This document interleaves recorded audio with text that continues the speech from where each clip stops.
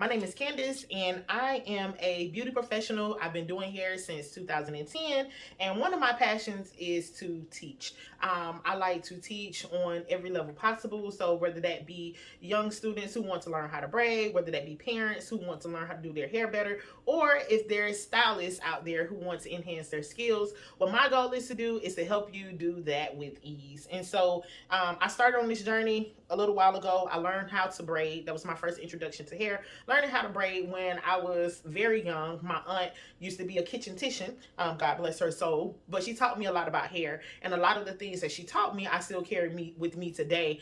And one thing that I find is that the things that she taught me, about hair care, some of those things that my clients love the most, and they're also some of those things that keep me grounded in this industry. And so I want to share some of those things with you because I do feel like they are important, starting off, because a lot of times I find that we have a skill, a lot of us have a talent, we have the know-how, but at the same time, we lack the care part. And the care part is what's important because a lot of women nowadays are, experiencing hair loss. A lot of individuals are experiencing, scalp conditions and things like that. And a lot of times those things can be prevented. Sometimes they can't, but a lot of times they can be, especially hair loss. So one of the main things that I notice is traction alopecia, which is very common in the African American community, especially for those who have braids. Traction alopecia is where tension is being put on the hairline. A lot of times, again, it is because braids can be too tight, or it can be because ponytails are pulled back too tight. So I want to focus on teaching individuals how to still get those beautiful styles without having to apply so much tension and pressure that will cause their clients potential permanent hair loss. Hair loss can be devastating, especially if you are a person who are trying something for the first time, or if you are a person who take pride in your hair, and it means a lot to you. So it's very important for us as stylists to know when we're putting too much tension, to know, like each client is different and does not require, all of the pulling and tugging that is sometimes applied to the hair. And so that's one of my main focuses in, braiding and, teaching and things like that as it pertains to braid. But it's not my only focus in teaching how to braid, but that's where we're going to start. And so today, I have a mannequin here where I already did some braids. I'm going to turn this mannequin to the side, get a comb really quick.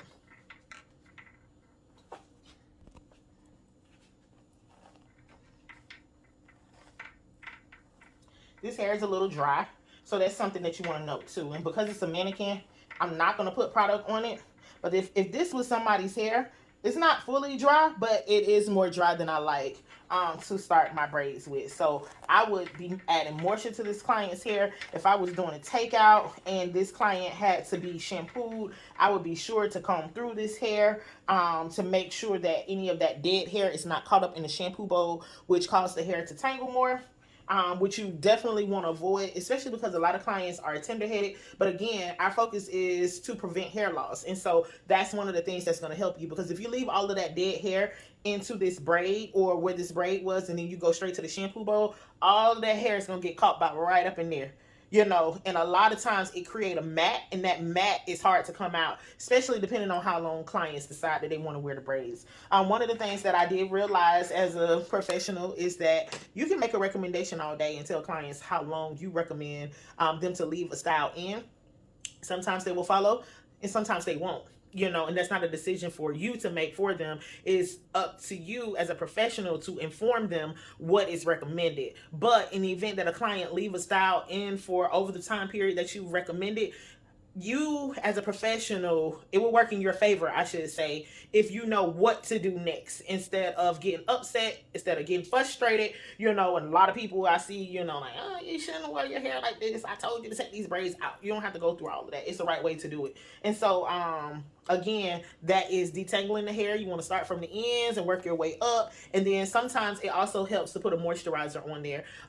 Some people like to put a conditioning moisturizer on there, like a conditioner. I personally, I have products that I like to use that are moisturizing. You can use those products for styling, but I will go in this state as I'm taking the braids out, and either, you know, apply it on before I take it out, the braids out, and sometimes even after, just depending on how dry that hair is. So that's what I would do here. Products make a big difference, and the right products make all the difference. Okay. That is a topic for another day. We definitely will be discussing. We definitely will discuss in later videos product use. Okay. So what I like to do, this hair is already sectioned off. I like to start with a thin layer of hair right here in the front on the hairline. Depending on how I want this braid to go, we're just going to do this braid going straight back. And you can see the density is a little different all across this perimeter of this hairline. I don't know if you can see that, but you see that density? It's a little different, but it's okay. So you want to start with a small piece. The reason why you want to start with a small piece is because you want that braid to start from the front. Now, as we are beginning our braid, we don't want to pull the hair. You see, like, I don't know if you can tell, but like I'm pulling the hair now. You don't have to pull the hair. This will create a lot of pain. Now, when you start pulling the hair, yeah, you can get your braids a little bit tighter, but at the same time, you're also pulling on that hairline, which is what causes tension. Now, a lot of times you'll see where a client have like little white bulbs that come to surface over a period of time when the braids are pulled too tight. You need to take those braids out as soon as possible. It's my recommendation. A lot of people say, oh, I ain't taking my braids out because I paid too much money for it. Well, guess what? You are potentially allowing your hair to have permanent hair loss because you're damaging those follicles. So there's no need to pull the hair how you see me doing, especially if you use the proper techniques. The technique is what creates the braid. It's not the pulling. So you want to be mindful of that. So I'm going to go back. When I'm braiding, I like to braid with a very, very light hand. One of the things that my aunt taught me is that you braid the hair and not the scalp. That is one of the most impactful, or one of the best tips that she gave me as a young girl. You braid the hair and not the scalp. It's so important. So when my clients tell me, girl, I don't even feel a thing, you know, I love that because it just lets me know that I'm still utilizing that tip that my aunt gave me at such a young age, and it makes a difference. A big difference. Women really, really, really do, women and men alike, children and all, they really do appreciate the fact that you braid the hair and not the scalp. And so what do I mean? So I like to start at the base of the hair. I like to start at the base. Adjust this just a little bit. And again, I'm just going to take a small thin layer around the hairline.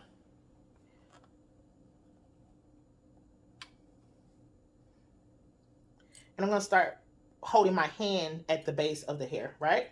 So I have one strand of hair. I got three strands. Three strands. 1, 2, 3. I have one strand in between my pointy finger and my thumb. I have that middle strand in between my pointy finger and my thumb on the other hand. And then on that last string, I have it in between my thumb and my middle finger. All right. So the motion of the braid is, I like to think of it as the middle goes over to the right and the right comes to the middle. And then the left goes under the middle and the middle comes over to the left. And then you're going to repeat. So you're going to go over right, over left. And you're going to just trade places, over right, over left. That is the motion that you want to practice with your hands at the base to get a good start of your braid. So now we're going to go just a little bit further. We're going to go just a little bit further.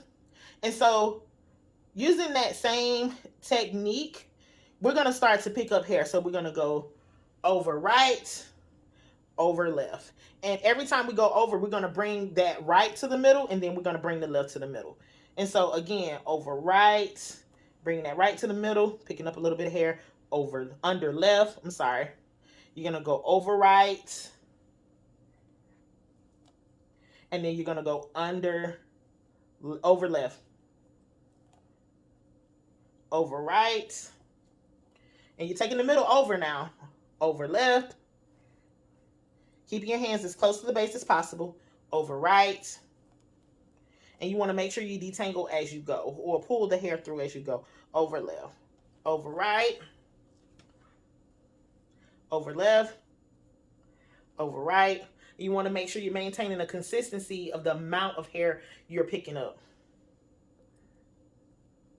Over left. Over right.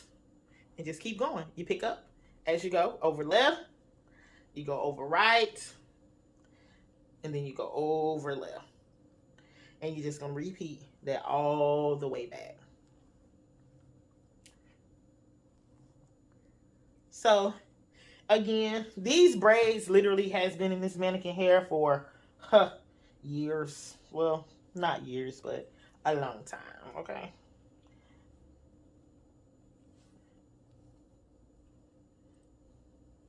And you don't really have to pull the hair too much either. Like, one of the keys to getting the hair to a nice, smooth, finish is your hand elevation. That's what you want to focus on, not necessarily pulling the hair. If I relax my hands a little bit more on this braid is going to loosen up. My hands are looser. I'm picking up bigger sections. The braid is not as tight. Therefore, it's not as neat. But if you use those techniques for those people who are very, very tender-headed, I mean, you have some people who are extremely tender-headed, you can still get a satisfied customer because they don't care about the neatness of the braids. For instance, I had a client that would drive from Panama City. It's a 2-hour drive. She would drive from Panama City every 3 weeks for me to do her sew-in. She came every 3 weeks, not because it wasn't holding up. She liked clean hair, so she liked to change her sew-ins out frequently. But for those 3 weeks that she would wear her sew-in, she didn't have to worry about any tension, any pulling, any tightness. Her sew-in was nice and secure because it's a technique that you're doing. You don't have to focus on pulling the hair. You focus on the technique. And if you can get a solid foundation with your braid, you would definitely have a satisfied customer because one, you're not going to be pulling on hair. And I know I'm saying that a lot, is repetitive, but it's very, very, very, very important. Important is what is going to keep your clients coming back to you and only want to come to you, because if they go somebody that's pulling their brains out, baby, you can believe,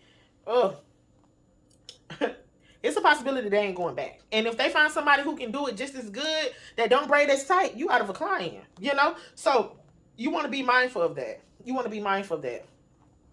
I want to show you something else. I want to show you something else on this same little section. Because again, these things are common mistakes and these things are important. So I told you earlier on that one of the things that I like to do is start with a small amount of hair. Now, some people, when they start their braids start all the way back here. It's like, how you get the braids to start? Why the braids start all the way back there? And for certain styles, that's okay. But for others, it is not okay. So you want to know, again, why that happens so that you can prevent it, right? The reason why that happens is because you grab more hair. See, I grabbed from here, this whole section, for my first stitch. So because I did that, because I grabbed this whole section here, when I start that braid gonna start all the way back. That braid gonna start all the way back. If I started here, same thing. And it's harder to gain control of the hair because it's so much hair that you're starting with. When you start all the way back there, it's just not neat. You see that? You see that? That's what we want to avoid. Now, again, in some cases, in some instances, trending purposes, that may be required. But you need to be aware of why that is happening so that if you have a client come to you and they state to you that they don't like it, or if that's something that you do and you don't know why you're doing it, and you want to be able to correct it, that is how you correct it. You correct it, again, by taking smaller sections. And it really makes a difference when you're adding hair. So let me get some hair real quick and I'll show you what I'm talking about. All right. So here is where this technique really matters. Because again, sometimes for training purposes, it can work, but then there's times where it is less favorable, I would say. And I understand sometimes we don't know. I love the fact that braiding is one of those things that no matter what your age is, you start where you start and you always can advance as long as you're open to corrective criticism. And so I love seeing the beginning pictures of where people start. I love to see people trying and just practicing their craft. Some people can be really, really, really cruel. I've seen it, and I don't necessarily agree with it or condone it. But some people, they're just cruel. But I like to be a solution. I like to help. And so this is why I want to be able to share these techniques with you, because it's enough clients to go around for everybody. For those who want to learn, the information is available. Um, so yeah. So some people, they start like this. I'm imagining, okay? And I only say that because I understand why that happens. Um, I'm imagine that they start like this.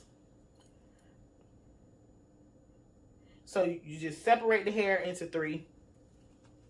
We're gonna assume that they separate the hair into three.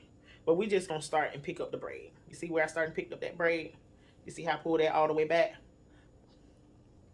You see where that braid started at?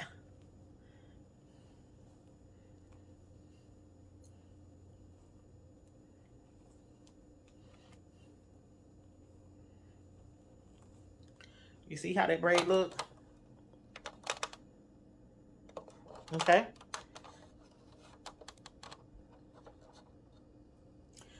That's not necessarily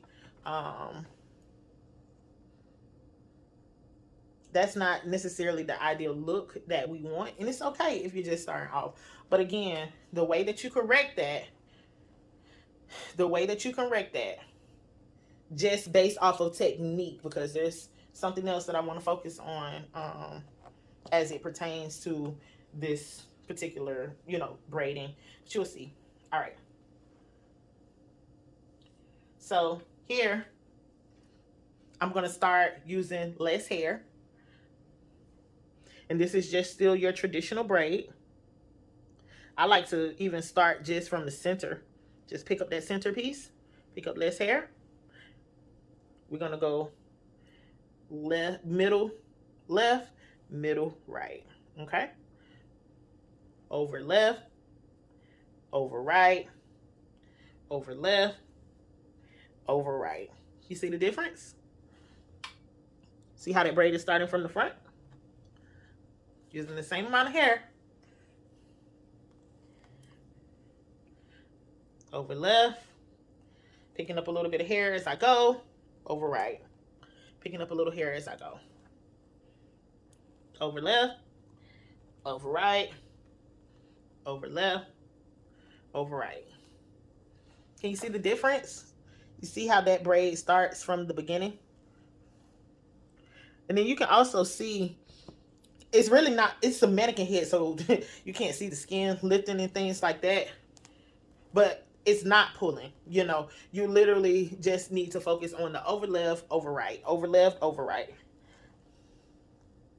And you're going to pick up. I like to pick up as I'm going to the center. So I'm picking up from the left, or I'm picking up from the right. In the middle, I'm just taking it over. I've already picked up. So as I'm going over to the left, I'm picking up a little bit of hair. As I'm going over to the right, I'm picking up a little bit of hair. Easy. Easy peasy, easy peasy. So this braid looks more proportioned with just this small amount of hair that I've used, just by using the technique starting from the beginning. You see? Now, depending on the style that you're going for, portion size, it really, really, really, really matters. Right now, we're just focusing on traditional braids.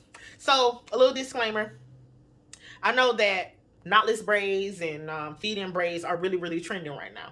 And I remember when my friend told me that they were doing knotless braids in their salon. And I'm like, well, what is that? She was like, oh, it's when you start with 3 strands of hair and, you just kind of, add the hair in. And she was kind of explaining to me how they do it. And I'm like, I don't know what you mean. That's how I do it. You know what I mean? Um, that's how I do it. And she was like, no, it causes less tension and it don't weigh the hair down. And I'm like, I never really had that issue before, so I could not wrap my mind around what she was trying to explain to me until I actually saw the technique. And I saw that the difference was knotless is what it says with no knots in it, but I used a very similar technique in my braiding by separating the hair into three. Typically, I do break the hair into three when I'm starting off, and I've done it so many times now over the years that it's kind of hard to see me doing it in transition. Excuse me. Once I put my hand on the base of the hair, I'm separating the hair, and so I just thought that was just kind of, funny, kind of interesting because I'm like, girl, I don't know what you're talking about because I don't do that. I wasn't experiencing hair loss with my clients. I wasn't experiencing tension and the hair being weighed down. I didn't do styles that did that. One of the styles that I noticed that I always have been against is those single-ease twists or 2-strand twists. I've never been a fan of the twists. I always thought that they were really cute, but I've seen so many people losing hair around the hairline because as that hair gets old, the braids start to twist. I even saw that in traditional braids. People braids, as they started to weigh down, the braids would twist at the base, causing tension, and then when it's being pulled back in like a ponytail style, it just created a whole lot of issues. Well, because of the technique that I use, which is similar to the knotless technique, I never experienced that. So again, I didn't have to worry about my clients losing their hair. My focus has always been healthy hair, protecting the integrity of the hair. Even though my clients wear weaves, my thing has always been, you gonna wear weaves today, but there may be a day that you don't want to wear weaves. So we're gonna take care of your hair in every phase. We can go back to the weaves if that's what you want to do, whether it be braids or whether it be sew-ins. But we're gonna make sure that we're protecting your hair every step in every phase, no matter what style you decide to wear. And so, yeah, that's always been my philosophy. But I do like the knotless braids. They are cool, very cute. My mom is one of those super tender-headed people, and so the knotless is something. She didn't wear traditional braids. It wasn't until she went natural that she decided that she wanted to wear plaits, and by that time knotless were popular. Like, I don't think I can ever remember a time growing up me seeing my mom wear braids. Her sister, which was my aunt who did hair, was the one to do her hair back in the day when she did wear things like that. She did go to a couple of other local stylists a few times, but it wasn't really that often that my mom wore braids. But one style that she loves in her 50s and she pull it up on the same day is knotless braids. Okay, so I'm going to show you the traditional braid one more time, but this time I'm going to show you with more hair. I'm showing you with more hair because portion size matters. If a client want big braids, like it's so many different ways that you can achieve the big braids. If you have a client that just really wants a neat style that is going to hold up, I do have clients that fall in that category. Not like they just want something that's simple and they want something that's cute. And they don't necessarily have a budget that will allow them to have the luxuries of styles that may take longer, like the feed-in braids or the knotless braids, or they may not have the time to do that. So you just want to give them a nice traditional braid. And so this is what I like to do. So I have portioned this size. I have 3 evenly distributed strands of hair. I like to take the hair, so I pull, you got one whole section. I pull about 1/3, and I have 2/3 here. I pull 1/3 because I'm going to take that 1/3 and I'm going to loop it around the 2/3, and then I'm going to loop it back together. So now I have 2/3 because you got the 1/3 on each half that's coming together. And then I have 2/3, and then I have 2/3. So now it's evenly distributed. And you can tell that it's, pretty even just by feeling it. You want to feel the density of the hair. And they have about the same density. And so I'm going to start again with my traditional braids, starting from the front. just picking up a little bit of hair. And when I'm doing traditional braids, I like to just take just that centerpiece. This is traditional braids with weave added. This is not just your natural braids, because I showed y'all how I like to start with the 3 strands with the evenness on the hairline. But being that we're doing traditional braids with weave added, I'm going to grab just that middle piece so that it's not so bulky. Okay.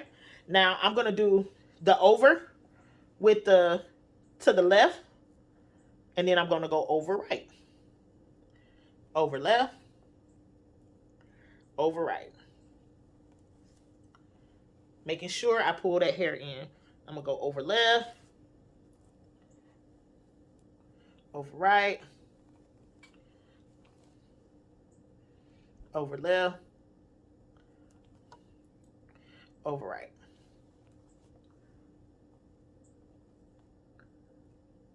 And I'm just gonna repeat that same motion. These braids are pretty much obsolete, I will say, but they do have its place. So never let anyone tell you that it's not, relevant. And if they're done properly, they can still be really cute. You see how neat that braid is?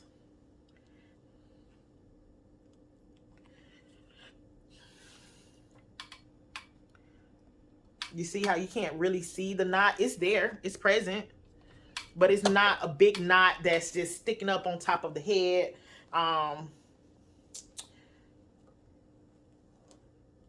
And if you had to do someone's hair using this particular technique, you can guarantee have a satisfied client. And all I did different from this one than the last one is just add a little bit more hair.